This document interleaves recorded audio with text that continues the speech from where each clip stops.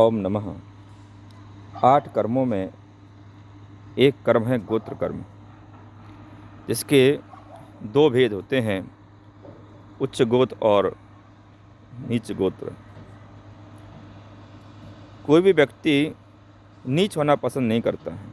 अगर कोई उसे नीच कह दे तो उसके अंदर कसाई जागृत हो जाती, लड़ने झगड़ने को भी वह तैयार हो जाता है। काम भले ही वह नीच के करता हो, परंतु फिर भी वह नीच कहलाना पसंद नहीं करता है। तो आओ जाने किन कारणों से लोग हमें नीच कहते हैं या नीच गोत्रों में जन्म लेते हैं, वो क्या कारण हैं। और वर्तमान में आप अपने आप को उच्च कह रहे हैं या उच्च गोत्र वाले कह रहे हैं, उच्च गोत्र में आपने जन्म लिया है, मान सम्मान पा रहे हैं, परंतु आपका भविष्य का आईना क्या है, आप भविष्य में किस गोत्र में आप जन्म लेंगे, इसको अपन जानते हैं। तो चलते हैं परम पूज्य आचार्य भगवान तत्वार्थ सूत्र के कर्ता उमा स्वामी, जिन्होंने गोत्र कर्म का, नीच गोत्र कर्म का बंध कैसे होता है और उच्च गोत्र कर्म का कर्म बंध कैसे होता है, उसके बारे में लिखा हुआ है। सूत्र है, परात्म निंदा प्रशंसे सत्सद गुणोच्चार नीचिर गोत्रस्य। इस सूत्र को समझिए। परात्म निंदा प्रशंसे, दूसरों की आत्मा की निंदा करना और स्वयं की प्रशंसा करना। क्या? दूसरों की निंदा करना, स्वयं की प्रशंसा करना। दूसरों की निंदा और स्वयं की प्रशंसा, इससे नीच गोत्र कर्म का बंध होता है। कदाचित हम इतनी सावधानी वर्त लेते हैं कि हम दूसरों की निंदा ना करें, परंतु अपनी आत्म प्रशंसा सुन करके, आत्म प्रशंसा की बात अगर मन में आती है तो उसे दुख नहीं होता कि मैं क्या सोच रहा हूँ। गुरुओं के सामने अपनी प्रशंसाएं कर रहे हैं, भगवान के सामने अपनी प्रशंसा कर रहे हैं, मैंने ये किया, मैंने वो किया, अपना नाम बड़ाई वहाँ कर रहे, वहाँ सम्मान करा रहे हैं। निश्चित से मान के चलिए, ये जो सम्मान की भावना आपके अंदर आ रही है, ये आपका भविष्य का दर्पण है कि आप नीच होने वाले हैं, नीच गोत्र में जाने वाले हैं। और 1 इंद्रिय से लेकर के 5 इंद्रिय पशु नियम से नीच गोत्र के हुआ करते हैं, और कुछ मनुष्य मलेच्छ खंड आदि के भी नीच हुआ करते हैं। तो दूसरों की निंदा, कर्त से, कार्य से, अनुमोदना से, कोई कर रहा है, स्वयं नहीं कर रहे, अच्छा है उसने ऐसा किया तो उसके साथ ऐसे ही होना चाहिए। दूसरों की निंदा, दूसरों से करा करके, स्वयं करके दूसरा कर रहा है, उसमें आत्म प्रशंसा हो करके आप नीच गोत्र का बंध कर रहे हैं।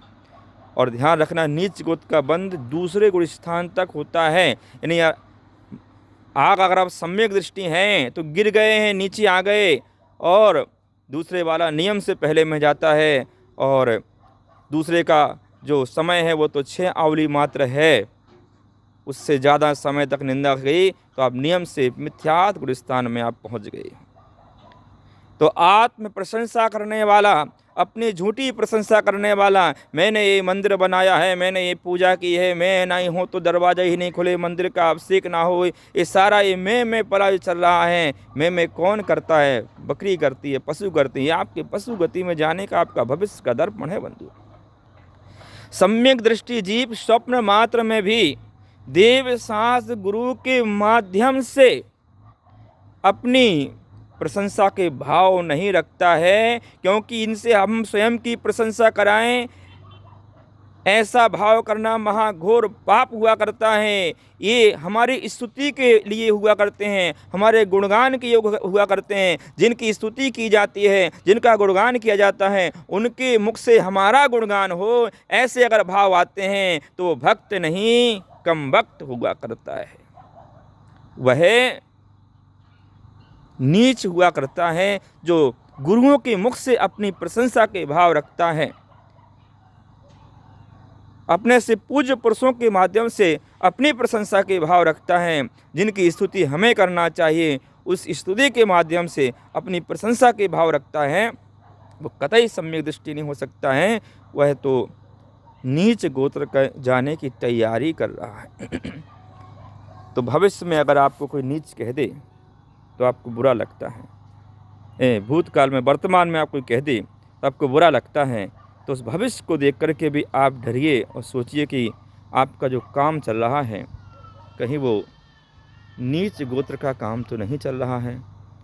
और नीच गोत्र का काम चल रहा है तो आपको उस नीच गोत्र में जाने से आपको स्वयं के अलावा और कोई नहीं बचा सकता है। आप उच्च गोत्र के काम करेंगे और उच्च गोत्र का कार्य क्या है? तद विपरीतस्य उच्चर गोत्रस्य, उससे विपरीत कीजिए, स्वयं की निंदा कीजिए, स्वयं की निंदा कीजिए और दूसरों की प्रशंसा कीजिए, और दूसरों की प्रशंसा कीजिए। लेकिन दोनों ही चीज़ों में हमारी कसाई भड़क जाती है। जब कोई हमारी निंदा करता है, वो मेरी निंदा की, हम भी देखते हैं कि तुम कौन हो, किस खेत की मूली हो, और हमारे अंदर जोश आ जाता है। और दूसरों की प्रशंसा सुन करके वो मन प्रसन्न नहीं होता है। अरे कैसे लोग पागल हैं, कैसे व्यक्ति की प्रशंसा कर रहे हैं, मेरे से पूछो इसके, ये तो इसके योग्य नहीं था। हम दूसरों की प्रशंसा सुन नहीं सकते हैं, देख नहीं सकते। कोई कह रहा है उसको वहीं टोक देते हैं, सुनने की भी क्षमता हमें नहीं है दूसरों की प्रशंसा की। तो ये आपके तीव्र नीच गोत्र मंदिर में जाने के परिणाम हैं, और आपने बंद कर लिया है, आप जाने वाले हैं, और आपका मिथ्यात्व गुण स्थान चल रहा है। अभी आपके अंदर धर्म का जो ऊर्ध्वागमन होना चाहिए, धर्म का बीज अंकुरित होना चाहिए, वो अंकुरित ही नहीं हुआ है। जो भी व्यक्ति, चाहे वो श्रावक हो, संत हो, राजा हो, महाराजा हो, रंक हो, कोई भी हो, अगर वो निंदा कर रहा है, किसी की भी कर रहा है, निश्चित से मान के चलिए कि श्रावक संत की निंदा करता है तो उसको पाप लगता ही है, पर संत की भी करेगा वो उसको भी पाप लगेगा। कोई किसी की निंदा नहीं कर सकता है। अगर वो निंदा कर रहा है तो नियम से मान करके चलिए कि वह नीच गोत्र का बंध के कारण अपने जीवन में लेकर के चल रहे हैं, और उन्हें नीच गोत्र जाने से कोई बचा नहीं सकता है। तो जीवन की प्रथम साधना यही होना चाहिए कि हम अपनी निंदा करें। अपनी निंदा करने से आत्मगर्या आलोचना यह प्रतिक्रमण में आता है, प्रायश्चित में आता है, ये आंतरिक तप में आता है कि बड़ी शक्ति चाहिए पड़ती है। हम समाज के सामने, गुरुओं के सामने स्वयं के पापों को स्वीकार करके और स्वयं की निंदा करें, और जिसने थोड़ा सा भी अच्छा किया हुआ है उस व्यक्ति की हम प्रशंसा करें। ऐसे भाव एक आंतरिक जो तप रहे हैं, आंतरिक आत्मा को जिसने समझ लिया है, उसी के अंदर आते हैं। तो प्रयास करें, स्वयं की निंदा करें, और आपकी प्रशंसा अगर कहीं हो रही है, तनक भी आपको लगे कि ये झूठी प्रशंसा है, मेरे तो तत्काल टोक दीजिए, और ये कहिए कि सच्ची भी है, तब भी उसको सुन करके आपके अंदर प्रशंसा के भाव ना आ जाएं। आपको ऐसा लगना चाहिए कि ये प्रशंसा मेरी कब बंद हो जाए। ऐसे समय, जिस समय हमारी खुद की कोई प्रशंसा कर रहे हैं, उस समय में बहरा हो जाऊं तो सबसे अच्छी बात है। मुझे अपनी प्रशंसा सुनने के भाव नहीं आना चाहिए। ओम नमः। मैं आपके बीच में प्रतिष्ठाचार्य ज्योतिष वास्तुविद जैन सिद्धांत प्रवक्ता अरुण जैन शुद्धांश। ऐसी ही और भी रोचक बातों को हम जानते रहेंगे, और विचार करना कि हम अपना जो पुरुषार्थ कर रहे हैं वो किस ओर कर रहे हैं, हमारा भविष्य क्या है। ओम नमः।